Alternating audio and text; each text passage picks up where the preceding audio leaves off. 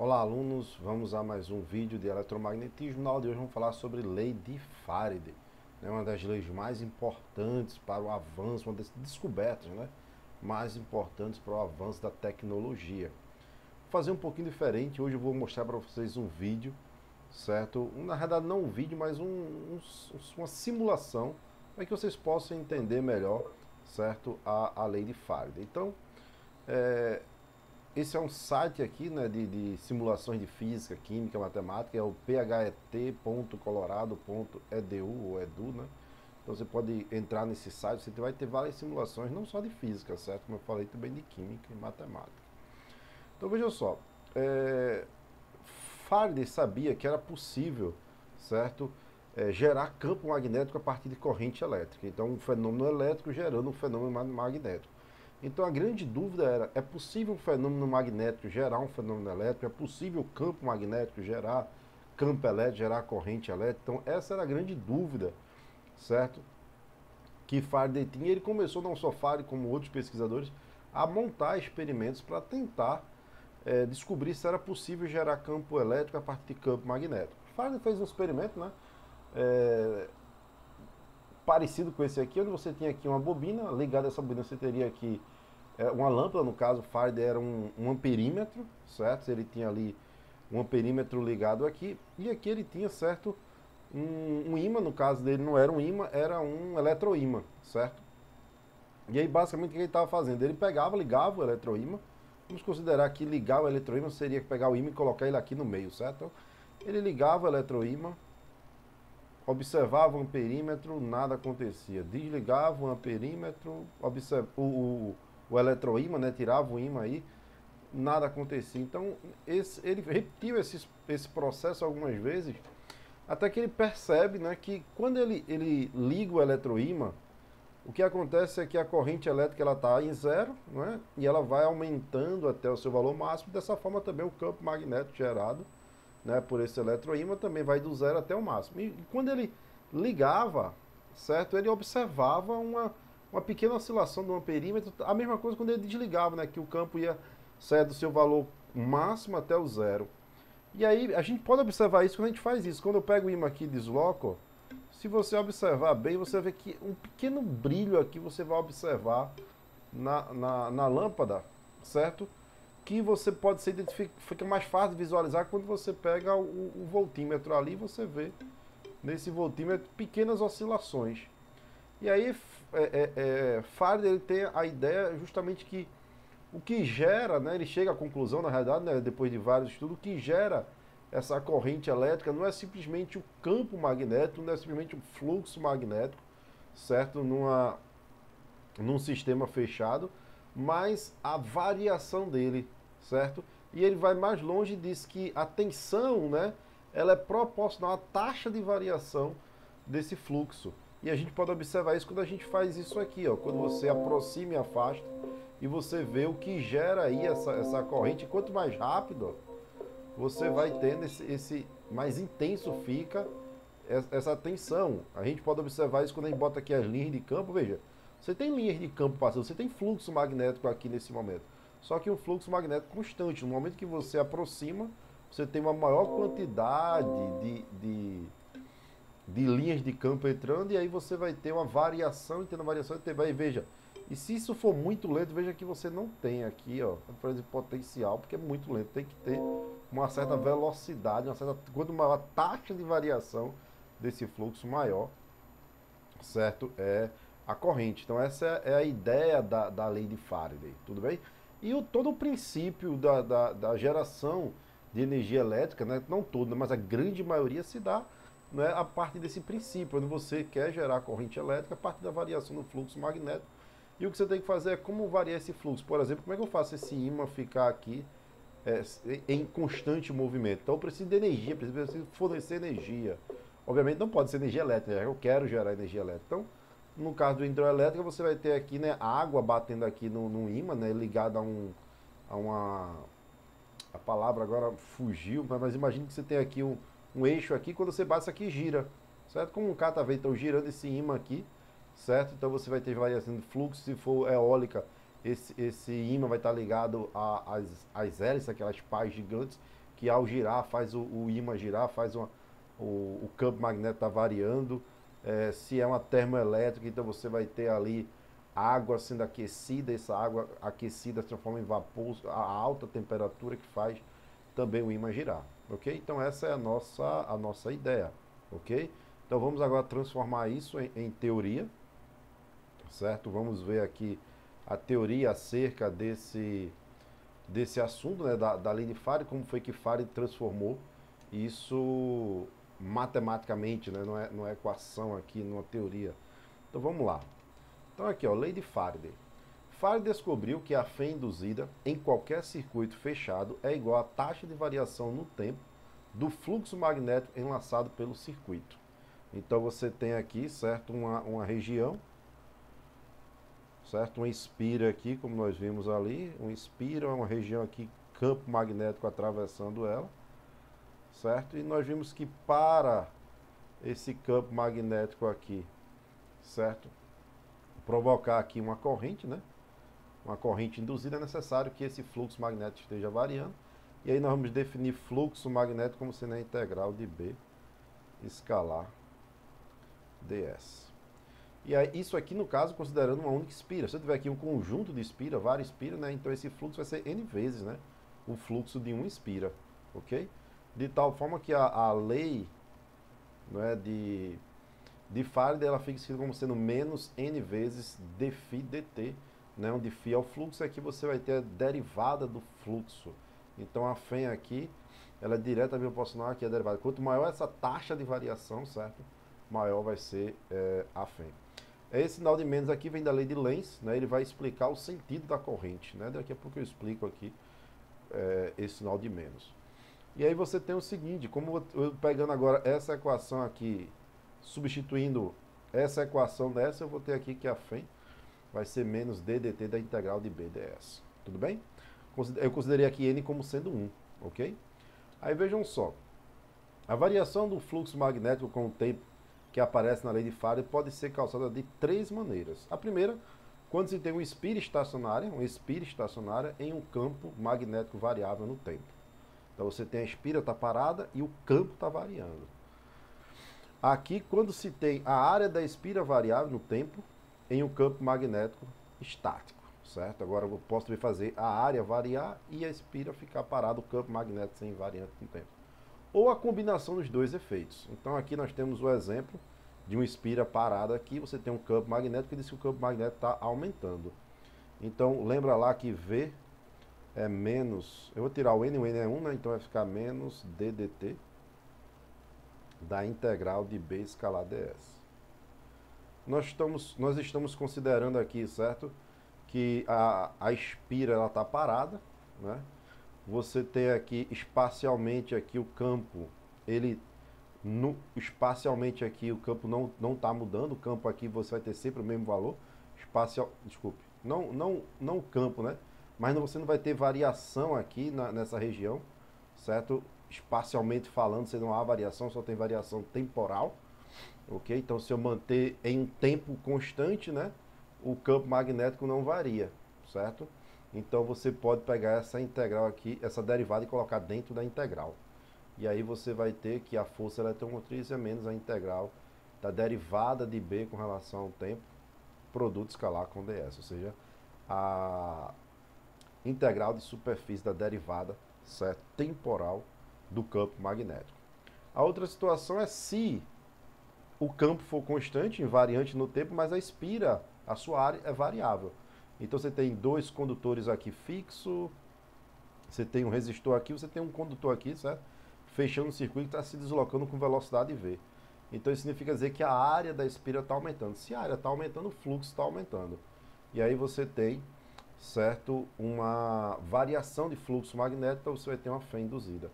E aí você pode reescrever essa equação, não vou colocar aqui, certo? Não vou fazer o passo a passo, por conta do tempo não ficar muito grande o vídeo. Então isso fica aqui ddt, né?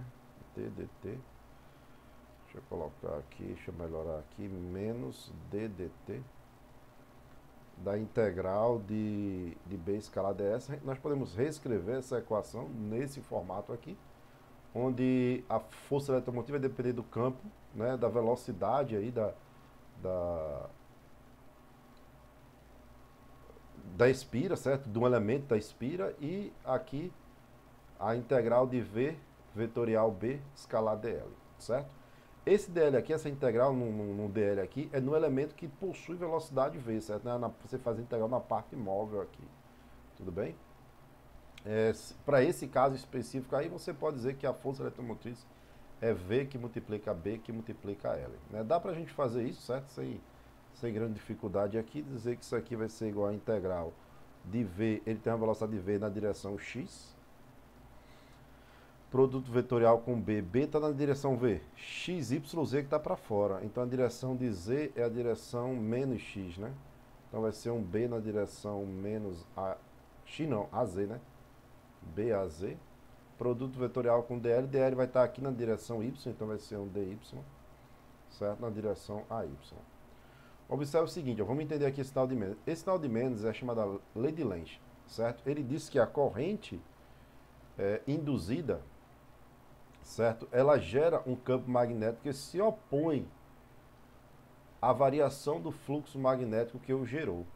Então, toda vez que você gerar uma corrente induzida, essa corrente ela tende a se opor, certo? Ela vai criar um campo magnético que se opõe à variação do fluxo magnético que o gerou. Como assim, professor? Fica com dificuldade. Veja só, quando à medida que você vai deslocando essa barrinha para cá, certo? A quantidade de linhas entrando aumenta. Então, o fluxo se dá devido ao aumento, certo? Das linhas de campo magnético. Então, você está tendo um fluxo maior. Mas aí quando você acontece isso, uma corrente é criada de tal forma a se opor à variação desse fluxo. Então a corrente vai ser criada de forma a gerar campo magnético saindo, de forma a anular a variação do fluxo. Se o fluxo está aumentando, como é que eu vou anular essa variação? Gerando um campo no sentido contrário. Então se os campos que estão entrando estão aumentando, então eu vou ter que gerar campos para fora. E como é que eu faço isso? Gerando uma corrente aqui para cima no sentido anti-horário para a mão direita. Você pega a sua dedo aqui, ó, no circuito e faz o caminho aqui da corrente. Para onde o seu dedão apontar, vai ser o sentido do campo magnético. Então, se eu quero o campo magnético saindo, tá vendo? Estou apontando aqui para mim, ó, saindo, está apontando para mim. Então, a corrente tem que ser anti-horário, ok? Só para a gente mostrar isso aqui direitinho. Então, isso aqui vai ser igual a integral de V vezes B. Aí você tem AX, AZ, lembra, ó, AX, AY e AZ. Quando você faz AX, AZ, o resultado é AY, só que é menos AY porque está sendo anti-horário. Com menos aqui fica mais, então fica VB na direção AY. Produto escalar com DY na direção AY. Então, como nós vimos aqui, como é anti-horário, você vai integrar de 0 até L, o caminho da corrente, né? Então vai ficar V vezes B, a integral de dy, variando de 0 a L. Então fica VB, Y, variando de 0 a L, então fica VB vezes L. Então aqui está a fé induzida num circuito como esse, certo? Ok? E no caso de você ter tanto o movimento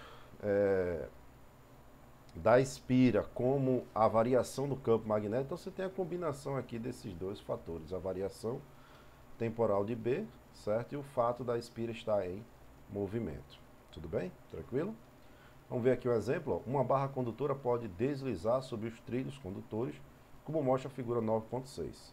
Calcule a tensão induzida na barra se, letra A, a barra está parada em Y, igual a 8 cm, e B, igual a 4 cosseno de 10 a sexta T na direção AZ em mili-web por metro quadrado. Ok?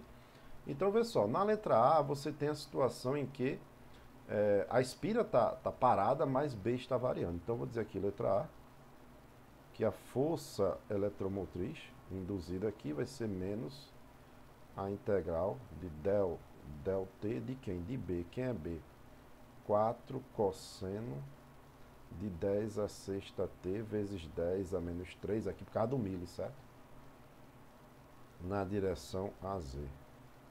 Produto escalar com ds. Quem é ds? Ó, se você pegar um elemento de área aqui, ó, esse elemento de área aqui, ele vai ter uma largura aqui, né, uma espessura aqui, né, que eu vou chamar aqui de dy, e vai ter uma variação aqui, né, de dy, ou dx, de tal forma que o nosso ds é dx dy, e ele aponta assim na direção perpendicular. A direção perpendicular aqui é a direção z. Então ele tem esse elemento de área, ele tem uma direção aqui na direção AZ, ok? Então vamos transformar isso aqui na integral dupla. Então vai ficar aqui integral dupla. Então isso aqui vai ser igual a menos. Então vai ficar menos a integral dupla. A derivada aqui, o 4 é constante, a gente repete. A derivada do cosseno é menos seno, então aqui vai ficar mais seno de 10 a sexta t vezes 10 a menos 3 multiplicado pela derivada interna. Isso aqui é a regra da cadeia, né? Porque aqui você tem uma função composta, então vezes 10 a sexta. AZ com AZ isso dá 1, então fica aqui dx dy. Aí eu vou colocar aqui, ó, o x varia de 0 até 0,06 e o y de 0 até 0,08. Então, isso aqui eu vou repetir, né? Porque isso aqui é 4 é constante, vezes 10 a terceira, seno de 10 a sexta t. Aí, integral de dx é x, variando de 0 até 0,06, vezes y, variando de 0, até 0,08. Então, isso aqui vai ser igual a 4 vezes 10 a terceira, seno de 10 a sexta t, vezes 0,06 vezes 0,08. Ó, 4, 6 vezes 4, 24. 24 vezes 8 dá 2, 16, 18, não é isso? 8, não, dá 32, né? Então dá 192. Então vai ficar 192. Aqui vai ficar 10 a menos 4. Então vai botar uma vírgula aqui. Seno de 10 a sexta t. Isso aqui, hein? 10 a sexta t. Isso aqui em volts. Então, como você pode observar aí, você tem um campo magnético oscilando, né? Uma corrente, uma tensão alternada, né? Com um pico de 119,2 volts, ok? A letra B, vamos ver, tem espaço, tem sim. Na letra B, você tem agora que a espira está fixa, certo? Não. O campo é que é fixo, né? E a espira aqui, a sua área está variando, porque esse pedaço aqui, V, está se deslocando com velocidade de 20 metros por segundo em direção a Y. Então, nesse caso, eu vou dizer que a FEM induzida, isso vai ser a integral de V vetorial B, produto escalar com DL. Então, nesse caso, você vai ter V, vai ser quem? Vai ser 20 na direção a Y, produto vetorial com B. B vai ser 4 vezes 10 a menos 3 na direção AZ, certo? Produto escalar com DL, que vai ser aqui um DY, não, DX, né? Ó, DX aqui. Um DX na direção AX. Agora, eu tenho que usar aqui a lei de Lenz para saber, né? Se ele está indo para um lado ou para o outro, né? Então, veja, se você está deslocando para cá, o fluxo está aumentando, então eu tenho que gerar um campo para dentro, certo? Para anular a variação do fluxo magnético. Então tem que gerar um campo para dentro, então a corrente tem que estar no sentido horário. Ré da mão direita, certo? Então veja que quando você bota aqui ó, no sentido horário, está entrando no quadro, certo? Veja que ele está entrando aqui no monitor, certo? Então vai ser para cá, então vai ser de 0 até 0,06. De 0 até 0,06. Então isso vai ser igual 20 vezes 4 dá 80, vezes, está integral aqui, né? Está integral aqui fora, de 0 até 0,06. Aí vai ficar 80 vezes 10 a menos 3, né? Olha só, 80 vezes 10 a menos 3. AY com AZ, ó, AX, AY, AZ. Aí eu tenho AY com AZ dá AX positivo, vai ficar AX. Produto escalar com AX dá 1, certo? Vai ficar só aqui o DX, vai ficar DX. De 0 até 0,06. Tá certo isso aqui, deixa eu só ver, XY, Y tá para fora. Aqui tá certo, o Z tá aqui. eu estou integrando aqui de 0 para 0,06, então vai ficar aqui, vai ficar 80 vezes 10 a menos 3 multiplicado por 0,06. Certo? Então vai ficar C vezes 8, C vezes 8, 48. Está faltando, deixa eu ter certeza aqui, se eu não, acho que não, 20 vezes 4, né? Tá certo. Então C vezes 8, 48. Aí aqui vai ficar 10 a menos 2 vezes 10 vai dar 10 a menos 4. 10 a menos 4 volts, ou 4,8 milivolts. Então aqui seria a tensão que seria gerada aqui com essa velocidade. Ok? Então V vetorial B escalar dl. Então, com isso nós mostramos aqui, certo, a lei de Fares. Espero que vocês tenham gostado, espero que vocês tenham entendido. Até o próximo vídeo.